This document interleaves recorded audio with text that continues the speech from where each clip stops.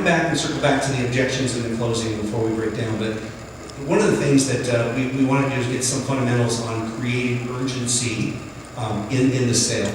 And really what we want to do is create that as a sales consultant. You don't want to allow, sometimes it's easy. I mean, we've all walked into those where they're in an urgent need. They've got people coming to the home and they need to build out an organizational area with a Murphy bed so that they can accommodate the guests, or they've got something they've got to do with the garage and it's got to happen. So those are really fun when you get them because the urgency is built in. But what I find is I've got to take responsibility for it. I also have to understand that a lackadaisical attitude towards making a decision is a technique that buyers use. You all do it, I'm sure. You act like you're not interested, like you don't really need it that quickly. It's funny because usually if you get Mr. and the homeowners together, right, Mr. and Mrs. together, they've oftentimes made a pact before you've gotten there. They made an agreement. Honey, I can just hear it, right? Honey, the last time we bought a car, you got all got out with the salesman. I need you to be quiet. Let me handle this one. We're not buying anything tonight. And if we are, we're going to do it. Right? So they got this kind of a pact going on. And what we have to understand is that lackadaisical attitude is part of that. Is acting like you don't want it is part of the technique. So don't let that get you thrown. You also want to start the creation process earlier in the approach to avoid it sounding like you're manipulating them. And so that's a really important part. Because a lot of times many consultants, they don't want to, because it's uncomfortable, they don't want to indicate that they really like to do business today until the end. And then it just goes on pressure.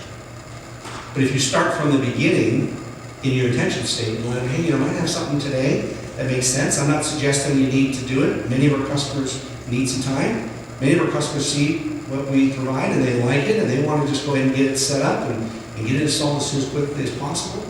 We're happy to do that as well. So if you put that up in the front, then you start to be able to create that urgency a little earlier. And then improve your situational awareness by what the customer's experience and how you can help them eliminate pain and prioritize the project. This is a really important part, is that there's two reasons people buy things. One reason is because they want to gain more pleasure in life. That's why we spend money. Another reason is we want to eradicate pain. Which do you think is the greater of the two? The elimination of pain is by far the biggest reason that people will spend money and get uncomfortable in their own lives. And if you ever need evidence of that, just do some Google research and find out how much money is spent in North America on pain relief medication versus vitamin supplements. And it'll be pretty clear we're far more willing to spend money to get rid of pain than we are to get more comfortable. So really what we want to do is figure out what is the pain and try to figure out how can we exacerbate that a little bit so them to understand it. Because as I said earlier, they have an explicit need, which is why they called you and asked you to come out, but there's implied needs that go below that. There's things that they haven't even thought about that you can help them by properly organizing their home. And so this is a really key thing. Now, one of the questions that many consultants would ask is, so Ron, I've done everything I can to get them both there, and I show up and they're not. Either they did it by design, which does happen. They tell you on the phone, yep, happy to be there, that's no problem, Jim will be there. And then about 10 minutes before your schedule show up, hey Jim, why don't you go out to the store so we're not put in a tough situation. But more than likely, something just happened. Life gets in the way. So you show up and the other party's not there. Do you want to just go ahead or do you want to reschedule? My advice is that I find many of the old school companies who you probably don't want to be like would try to reschedule on the doorstep. I think that's a big mistake. It creates a lot of unhappy feelings. It makes people feel uncomfortable, feel like all you're trying to do is sell them. What I find is when I expect both parties are going to be there, I call an audible and I two-step the appointment. And so what I simply do is I might mention, you mentioned Jim might be able to join us. Oh yeah, Jim had to go pick up the kids. He's not going to make this one. But that's okay. I'm happy to, because I know what we want and I can make a decision. I'm not going to question at that point. Some salespeople would. They say, oh, so you're telling me if we find something, you'll make the, I wouldn't even ask that. I'd say, okay, no problem. You know, normally our sequence kind of works like this, and I would change my agenda intention statement, is that what we'd like to do is the first time we come in, we'll take a look at the area, see if it even makes sense, and we'll measure it up. I need your help for that. And then what I'd like to do is get some ideas for what you're trying to accomplish. And then I'd like to go back to the shop and talk to some of our design team members. And then what we'll do is we'll work up a recommendation, and we'll come back, and then we can sit down with you and Jim. And I think it's really important that you and Jim are there the first time we present this, because you need to make some selections on, you know, cabinetry and mechanics and hardware and things of that nature. And then any subsequent meetings it won't matter. We can handle it one-on-one. Would that work? And I tell you, 9 times out of 10, they would let me two-step. They say, oh yeah, that's fine, no problem. And then the key to this is you got to schedule the appointment in the home. You don't want to say, I'll call you back. You got to schedule it while you're there before you leave. So when's a good time for me to come back to see you and Jim? And then you schedule it right there. But during that first appointment, there's no pressure. You're not trying to sell. You're not even going to do any numbers. And you're trying to not ballpark them if you can avoid that. And you're just going to talk to them about their needs. What are they looking for? What do they want? What's important to them? And get all that information, like a good doctor would diagnose, and then you're going to bring back the recommendation. So one of the things we use, the terminology that helps us, is we understand the difference between a single party and a single owner. Single owner, that means there's only one owner of the home, so that there's just one owner. Single party means there's two owners, but only one of them came. Old school terminology, you may have heard single legger. I don't like that term so much, but that's what a lot of people in business would call it. We set up that second visit to present the firm estimate, and we are using the term firm estimate, not quote, or not even estimate.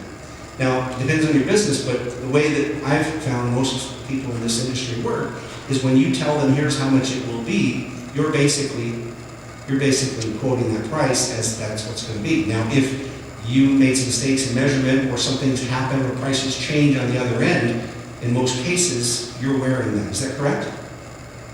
I mean, you're not going back to the customer and saying, hey, listen, I know when I came out here I told you it was going to be $2,200. I had some freight increases. I had a couple of things that I forgot to count for hardware. It's actually $26.79. Are you okay with the extra? Do you do that?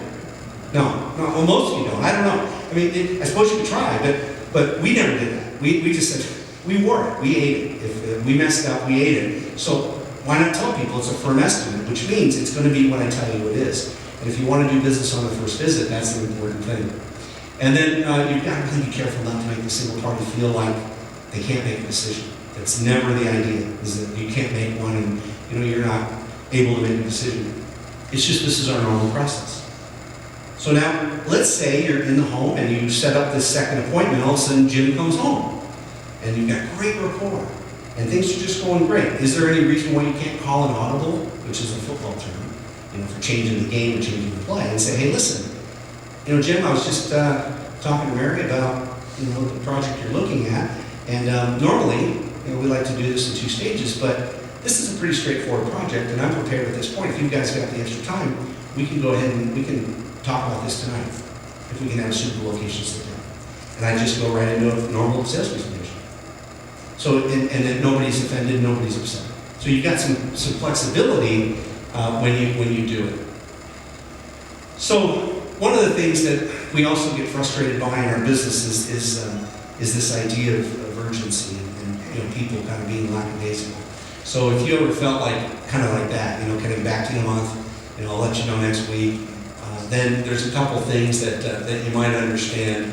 We talked about the primary motivators of people, but one of the things I find is that in getting people to make a decision and creating urgency, you really want to not push them into buying the product and using urgency like, hey, we're going to run out of stock, or the price is going up, or whatever it might be. But really, I find I have better results when I try to push them out of procrastination rather than into a plan. Because most people, would you agree, most people, by the time you're in their living room or in their garage, this is something they've been thinking about for a while. At least one of the parties has been. So they've been procrastinating. And I wanted to talk today about procrastination. I think we'll do it later. But if you can work by pushing out of procrastination rather than into a specific product, it sounds less pressure, but in many cases, you'll get one of the parties to work for you. How many of you have been in a position where you're suggesting something, and one of them wants to put it off, and the other person really wants to get it done, and finally they just jump in and say, honey, let's just do this, right? So you work on the procrastination. The other part is you have to be smart about this, because buyers can smell. Customers these days can smell commission breath a mile